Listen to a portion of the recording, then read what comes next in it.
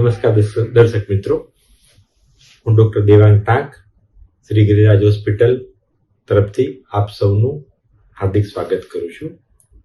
By profession હું ગેસ્ટ્રોએન્ટરોલોજિસ્ટ છું. ઘણા સમયથી શ્રી ગિરિરાજ હોસ્પિટલ ઇન્ફોર્મેટિવ સિરીઝના ટોપિક હેઠળ એક માહિતીનું આદાન પ્રદાન થાય, સમાજને ઉપયોગી થાય એવી એક ઝુંબેશ ચલાવી રહી છે. એના ભાગરૂપે જ આજે આપણે એક ટોપિક વિશે ડિસ્કસ કરીશું. એક નામ છે IBS. ઘણી વખત દર્દીઓ અમારી સાથે નિદાન સાથે જ આવતા હોય, સર અમને IBS છે. ઘણી વખત સમય જતા જેમ જેમ લક્ષણો રિપોર્ટ થાય પછી ખ્યાલ પડે કે આ દર્દીને IBS છે. આજના સમયનો ખૂબ જ સળગતો પ્રશ્ન છે IBS. તો આ ટોપિક વિશે આજે આપણે વિસ્તૃતમાં ચર્ચા કરવાનો પ્રયત્ન કરીશું. સૌપ્રથમ IBS, આ ટર્મિનોલોજી એટલે શું છે? IBS અંગ્રેજીમાં ફૂલ ફોર્મ કહીએ તો ઇરિટેબલ બાવલ સિન્ડ્રોમ. ઇરિટેબલ એટલે કંટાળી જવું, બાવલ એટલે આંતરડા, સિન્ડ્રોમ એટલે કોઈ પણ રોગ. સાદી ભાષામાં એનું અર્થઘટન કરવાનો પ્રયત્ન કરીએ, જ્યારે આંતરડા ખૂબ જ કંટાળી જતા હોય ત્યારે આ રોગનું લક્ષણ કહેવાય. હવે આવી કઈ પરિસ્થિતિમાં IBS થતું હોય એ વિશે આપણે વાત કરીશું. જેમ કે લક્ષણો, તો મોટે ભાગે લક્ષણો કોઈ એક ટિપિકલ લક્ષણ સાથે નથી હોતું. ઘણા બધા સિમ્ટમ્સ કહેતા તો લક્ષણો ભેગા હોય છે. મુખ્યત્વે એમાં દર્દીઓને કબજિયાત લાંબા સમયથી હોવું, વારે વારે ઝાડા થઈ જવા, ડાયરિયા થવા, પેટમાં દુખાવો થવો, પેટ ફૂલતું જવું, આ લક્ષણો મુખ્યત્વે જોવા મળતા હોય છે. મુખ્યત્વે પેટને લગતા લક્ષણો કબજિયાત, ઝાડા થવા, પેટમાં દુખવું, પેટ ફૂલાઈ જવું, આટલી વસ્તુ મોટે ભાગે અમે જોતા હોઈએ છીએ. આ શું કામ થયું એનું કારણ જાણવાની હંમેશા ઈચ્છા હોય. તો હવે આપણે વાત કરીએ કે આ થવાનું કારણ શું છે. IBS એવી વસ્તુ છે કે જેનું ઘણું બધું ઓલ ઓવર વર્લ્ડ રિસર્ચ થયેલું છે, પણ કોઈ એક કારણ હજી સુધી કોઈ રિસર્ચમાં પકડાયેલું નથી. ઘણા બધા કારણ ભેગા થઈ વ્યક્તિના શરીર, વ્યક્તિના મગજ ઉપર અસર કરતા હોય, આંતરડા પર અસર કરતા હોય, એને કારણે આ લક્ષણો જોવા મળતા હોય છે. 4-5 કારણોની આપણે મુખ્યત્વે વાત કરશું. એમાં સૌથી પેલું કારણ આપણે વાત કરીએ તો એક ટર્મિનોલોજી છે બ્રેઇન ગટ એક્સિસ. કહેતા તો બ્રેઇન એટલે કે મગજ, ગટ એટલે તે આંતરડું, એક્સિસ એટલે બંને જોડાયેલા છે. એક ટર્મિનોલોજી છે કે તમારું મગજ તમારા આંતરડા સાથે જોડાયેલું છે.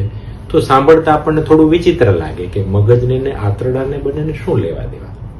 પણ સાદી ભાષામાં હું બધા દર્દીઓને એક વાત સમજાવતો હોઉં છું કે આપણા શરીરની જે કંઈ પણ ક્રિયા થતી હોય, જેમ કે હૃદયનું ધબકવું, શ્વાસનું ચાલવું, આ બધી ક્રિયાઓનું નિયમન મગજ કરે.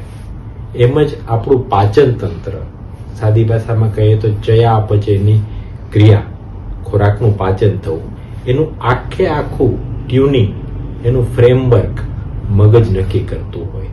ક્યારે ખોરાકનું પાચન થવું જોઈએ, શું ખોરાક પાચન થવો જોઈએ, ક્યારે મળ બનવું જોઈએ, ક્યારે એનો નિકાલ થવો જોઈએ, આ બધી વસ્તુનો મગજ પ્રોગ્રામ સેટ કરતો હોય છે.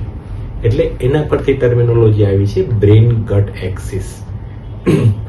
મગજ જ્યારે આ ક્રિયાને ટ્યુનિંગ કરવામાં, પ્રોગ્રામિંગ કરવામાં, પ્લાનિંગ કરવામાં ક્યાંય ગોટા મારે, લોચો મારે, ત્યારે આ રોગ થવાની શક્યતા હોય. તો પેલું ફેક્ટર હું વાત કરીશ સ્ટ્રેસનું.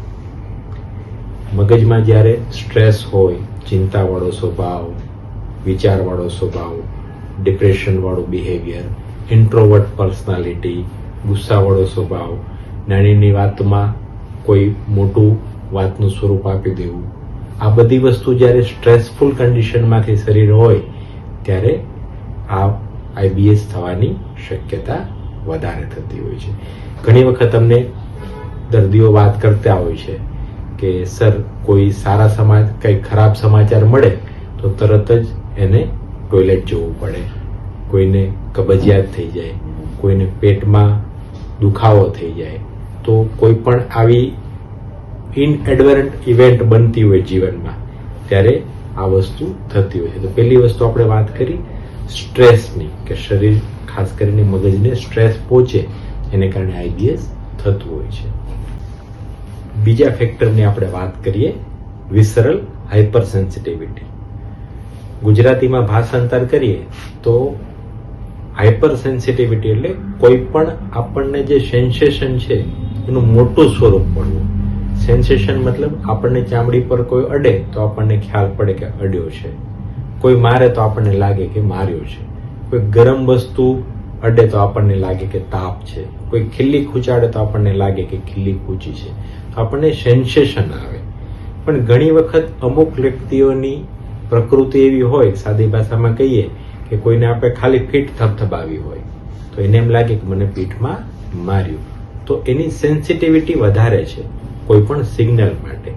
તો આંતરડામાં પણ આ જ સિસ્ટમ થતી હોય, એક સેન્સેશન આવતા હોય, જ્યારે મળ પસાર થતો હોય ત્યારે એક સેન્સેશન આવતું હોય, પણ જે તે દર્દીઓને આ સેન્સેશન વધારે માત્રામાં આવે ને હાઇપર સેન્સિટિવિટી કહીએ, કે મળ પસાર થતો હોય આંતરડામાંથી તો પણ એને દુખાવા જેવું લાગે, અંદર આંતરડું હલતું એવા સેન્સેશન લાગે, થોડો આંતરડામાં ગેસ હોય તો એકદમ પેટ ફૂલી જતું હોય એવું સેન્સેશન લાગે, દુખાવો થાય. તો નોર્મલ કરતા એની સેન્સિટિવિટી વધારે છે. તો નોર્મલ માણસને કંઈ ના થતું હોય, પણ આમ વ્યક્તિની વિસરલ હાઇપર સેન્સિટિવિટી કહેતા તો અંગની સેન્સિટિવિટી વધારે હોવાને કારણે આપણને નાના મોટા લક્ષણો થતા હોય. તો આપણે બીજા કારણની વાત કરી વિસરલ હાઇપર સેન્સિટિવિટી. ત્રીજી વસ્તુની વાત કરીએ એક ટર્મિનોલોજી પેરિસ્ટાલ્સિસ. તો એને સાદી ભાષામાં સમજાવવાનો એક ઉદાહરણથી પ્રયત્ન કરીએ. આપણને ખ્યાલ છે કે દરિયામાં મોજા આવતા હોય અને મોજાનું કામ પર્ટિક્યુલરલી એ હોય કે દરિયાનો કચરો બધો બહાર આવી જાય, કિનારે આવી જાય. તો આપણા આખા આંતરડામાં ખાસ કરીને આપણે ગણતરી કરીએ ઉપર અન્નળી, પછી હોજરી, પછી 7.5 મીટર મોટું નાનું આંતરડું અને 1.5 મીટર મોટું આંતરડું. હું વાત કરું છું મીટરની, નહીં કે ફૂટ કે સેન્ટીમીટરની. નાનું આંતરડું 7.5 મીટર, મોટું આંતરડું 1.5 મીટર, બંનેને ભેગા કરીએ તો 9 મીટર જેવી લેન્થ થાય. તો ખોરાક જે હોજરીમાંથી આગળ આવે તો એમાં વેવ્સ બનતા હોય, અન્નળી, હોજરી, આંતરડામાં એ મોજા બનતા હોય. એ મોજાની બનવાની પ્રક્રિયા એકદમ પર્ટિક્યુલર હોય કે 1 મિનિટના 2 થી 3 મોજા બનવા જોઈએ, જેને અંગ્રેજીમાં અમે પેરિસ્ટાલ્સિસ તરીકે ઓળખતા હોય. તો પેરિસ્ટાલ્સિસનું શું કામ છે? તો હોજરીમાં જે ખોરાક એકદમ મિશ્રણ બની ગયું છે એ ધીમે ધીમે આંતરડામાં ધક્કો લાગે અને જેમ જેમ આપણા શરીરમાં ઘટકોની જરૂરિયાત હોય, કાર્બોહાઈડ્રેટ છે, પ્રોટીન છે, વિટામિન છે, મિનરલ છે, આંતરડોને શોષી લે અને બાકીનો ખોરાક મળ સ્વરૂપે ધક્કો લાગતા મોટા આંતરડામાં જતો રહે અને જે તે સમયે પરિસ્થિતિને અનુકૂળ વ્યક્તિને સ્ટૂલ સ્વરૂપે, મળ સ્વરૂપે શરીરની બહાર નીકળી જાય. આ પેરિસ્ટાલ્સિસ કહેતા તો મોજાની બનવાની પ્રક્રિયા બધા વ્યક્તિઓમાં એક પર્ટિક્યુલર છે. 2 થી 3, 3 થી 4 એ રીતે હોઈ શકે. હવે જ્યારે આ પ્રક્રિયામાં ફેરફાર થાય, મોજા ઓછા બને તો ખોરાકનું પોઝિશન, ટ્રાન્ઝિશન સરખું નહીં થાય તો દર્દીને કબજિયાત થશે, મળ પાસ નહીં કરે. જ્યારે મોજા બનવાની પ્રક્રિયા એકદમ ફાસ્ટ ચાલશે ત્યારે દર્દીને ડાયરિયા થઈ જશે. તો જ્યારે પેરિસ્ટાલ્સિસ આખું પ્રોબ્લેમેટિકમાં હોય, મોજા બનવાની પ્રક્રિયા ખરાબ હોય ત્યારે આઈબીએસ થતું હોય છે. ફૂડમાં ઘણા એવા ખોરાક છે કે જે પાચન ક્રિયા થયા પછી અંદર ગેસ બનાવતા હોય છે. એમાં આપણે વિસ્તૃતમાં વાત નહીં કરીએ. સારી કોઈ પણ જાતની વેબસાઇટમાં આપણને બધી એની માહિતી મળી જાય છે. એક સરસ મજાનો શબ્દ છે લો ફોડમેપ, FODMAP. એમાં હાઈ ફોડમેપ અને લો ફોડમેપ આ બે પ્રકારના ખોરાક હોય. જે હાઈ ફોડમેપ ડાયટ છે એ ગેસ બનાવશે, લો ફોડમેપ ડાયટ છે એ ગેસ ઓછો કરશે. તો જ્યારે આ પ્રકારનો ખોરાક શરીરમાં જાય, પેટમાં જાય, ત્યારે ગેસનું પ્રોડક્શન વધતું હોય, એને કારણે પેટ ભારે લાગવું, પેટ ફૂલાવવું, આ બધા પ્રશ્નો થતા હોય છે. મેં પહેલા વાત કરી, કોઈ એક સ્પેસિફિક કારણ નથી જેને કારણે IBS થતું હોય. ઘણા કારણો એકબીજા સાથે જોડાઈને કામ કરતા હોય, એને કારણે IBS થતું હોય છે. હવે આપણે વાત કરીએ IBS ઇરિટેબલ બાઉલ સિન્ડ્રોમના નિદાન વિશે. મોટે ભાગે નિદાન ખૂબ જ ઓબ્વિયસ હોય છે. દર્દીઓ જે કે પણ અમને લક્ષણો કહેતા હોય છે, મોટે ભાગે આ દર્દીઓને ઘણા બધા ડોક્ટરોનું કન્સલ્ટેશન કરેલું હોય છે, ઘણા બધા રિપોર્ટ્સ કરેલા હોય છે. બધા રિપોર્ટ મોટે ભાગે નોર્મલ હોય. દર્દીને બીજો કોઈ મેજર પ્રશ્ન ના હોય તો પહેલી જ વિઝિટમાં અમને એવું લાગે કે આ દર્દીને IBS છે. પણ દર્દીને પહેલી વખતમાં વાત ગળે ન પણ ઉતરે ઘણી વખત કે આ IBS જ છે. પણ એક સમજવું જરૂરી છે કે IBS ને નિદાન કરવાનો કોઈ એક સ્પેસિફિક ટેસ્ટ નથી. એ દર્દીના લક્ષણો પ્લસ તમારા નોર્મલ રિપોર્ટ, એના પરથી અમે નિદાન પર આવતા હોઈએ છીએ. વેસ્ટર્ન કન્ટ્રીમાં આના માટે એક સરસ મજાની ટર્મિનોલોજી છે, ડોક્ટર શોપિંગ. કે એક ડોક્ટરથી બીજા ડોક્ટર પાસે જવું, ડોક્ટર પાસે ત્રીજા પાસે જવું. એ સતત ડોક્ટર બદલવાથી રોગ મટશે નહીં. દર્દીએ આમાં બદલવાનું છે, દર્દીએ ફેરફાર કરવાનું છે. હા, એ વસ્તુ ચોક્કસ કહીશ કે અમુક એવા લક્ષણો હોય છે જ્યારે આપણે IBS નો ન વિચાર કરતા એવું વિચાર કરીએ કે ના, કોઈ મેજર રોગ શરીરમાં ચાલી રહ્યો છે, જેને અમે રેડ ફ્લેગ સાઇન તરીકે ઓળખતા હોય છે. જેમ કે વારે ઉલટી થતા રહેવી, ઉલટીમાં લોહી આવવું, ખોરાક ગળવામાં તકલીફ થવી, પેટમાં અસહ્ય દુખાવો થાય કે જેને દાખલ થવું પડે, ઇન્જેક્શનની જરૂર પડે, રાત્રે આવવું પડે, આવી તકલીફ થતી હોય. શરીરમાં કોઈ જગ્યાએ ગાંઠ જેવું ફીલ થતું હોય, પેટમાં ગાંઠ જેવું ફીલ થતું હોય, ઝાડામાં લોહી આવવું, ઝાડામાં પરવું આવવું, વજન દિવસે ઘટતો જાવો, તાવ આવવો, સાંધાના દુખાવા થવા, આ બધા એવા લક્ષણો છે કે જેને રેડ ફ્લેગ સાઇન તરીકે ઓળખતો હોય. મિત્રો, એક વસ્તુ ખાસ યાદ રાખવાની, આ પ્રકારના લક્ષણો હોય ત્યારે IBS હોવાની શક્યતા ખૂબ જ ઓછી છે. ત્યારે એ દર્દીઓને ચોક્કસ કંઈક ને કંઈક રિપોર્ટ કરવાની એ દર્દીના લક્ષણ પ્રમાણે જરૂર પડતી હોય છે. મેં વાત કરી, કોઈ એક સ્પેસિફિક રિપોર્ટ નથી કે આપ કહેશો તો એનાથી નિદાન થઈ જશે. બેઝિકલી અમુક લોહીના રિપોર્ટ કરતા હોઈએ, સોનોગ્રાફી કરતા હોઈએ, એન્ડોસ્કોપી, કોલોનોસ્કોપી, CT સ્કેન, આ બધા રિપોર્ટ કરતા હોઈએ. જ્યારે રિપોર્ટમાં કંઈ ન સ્પેસિફિક મળે ત્યારે IBS નું નિદાન કન્ફર્મ થતું હોય છે.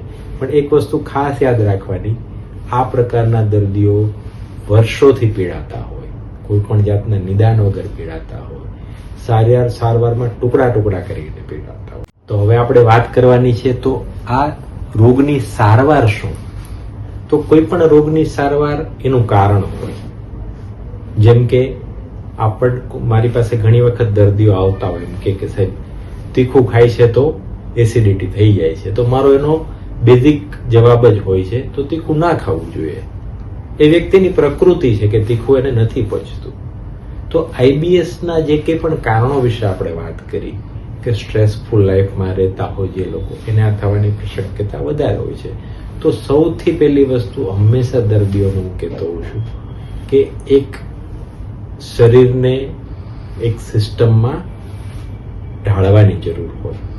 સવારના પોરમાં ઉઠી જે કે પણ નાનું મોટું દૈનિક ક્રિયાઓ પછી હળવી કસરતો કંઈ પણ હોઈ શકે, સાયકલિંગ હોઈ શકે, યોગા હોઈ શકે, પ્રાણાયામ હોઈ શકે, કંઈ પણ હોઈ શકે. પણ આખા દિવસમાં આપણા શરીર માટે 40-45 મિનિટ આપણે કાઢવી પડે.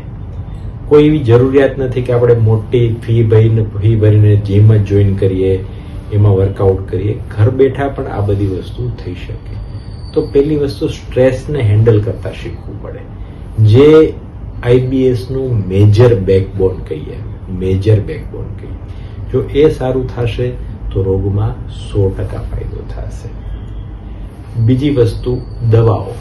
તો દવાઓમાં મોટે ભાગે મેડિસિન જે છે એ ટેમ્પરરી મેડિસિન છે. જેમ કે ડાયરિયા થયા હોય તો એની મેડિસિન્સ સમયને અનુરૂપ આપીએ, કબજિયાત માટે એ પ્રમાણે મેડિસિન આપીએ, પેટ ફૂલાતું તો એ મેડિસિન આપીએ. પણ બધી મેડિસિન્સ એવી છે કે થોડા સમય માટે લઈ શકાય, એને નાના મોટા મોડિફિકેશન કરવા પડે. મોટે ભાગે અમે એવું જોતા હોય કે પહેલી વખત દર્દી આવે એને મેડિસિન સૂટ ન થતી હોય તો બીજી ત્રીજી ચોથી વખત પણ આવતા હોય છે. અથવા તો પહેલી વખતમાં મેડિસિન સૂટ ન થાય પછી બીજા ડોક્ટર પાસે જવું પડે, ત્રીજા પાસે જવું પડે, તો મેડિસિનના ડોઝ, મેડિસિનની કન્ટેન્ટ સૂટ ના થાય. તો ફરીથી એક વાત મારે ખાસ બધાને કહેવાની છે, IBS રોગ છે એક ધીરજનો રોગ છે. ધીરજ કોના તરફથી? તો દર્દી તરફથી ધીરજ, એના કરતાં પણ વધારે ડોક્ટર તરફથી ધીરજ. શું ધીરજ? કે આ દર્દીને કોઈ મોટી ચિંતાજનક બીમારી નથી, એને સારવાર ધીમે ધીમે શાંતિથી કરવી પડે, અમુક દવાઓના ડોઝ એડજસ્ટ કરવા પડે, દર્દીની લાઈફસ્ટાઈલ એડજસ્ટ કરવી પડે. બાકી ટેસ્ટ તો ઘણા બધા હોય છે, પણ ઘણી વખત એની જરૂર ન પણ પડતી હોય. તો ધીરજ રાખીને આગળ વધવાની જરૂર છે. આખા દિવસના લાઈફસ્ટાઈલને સેટ કરવાની જરૂર છે, થોડું રૂટીન ગોઠવવાની જરૂર છે. એને હું મેઇન ટ્રીટમેન્ટમાં હંમેશા દર્દીઓને કહેતો હોઉં છું.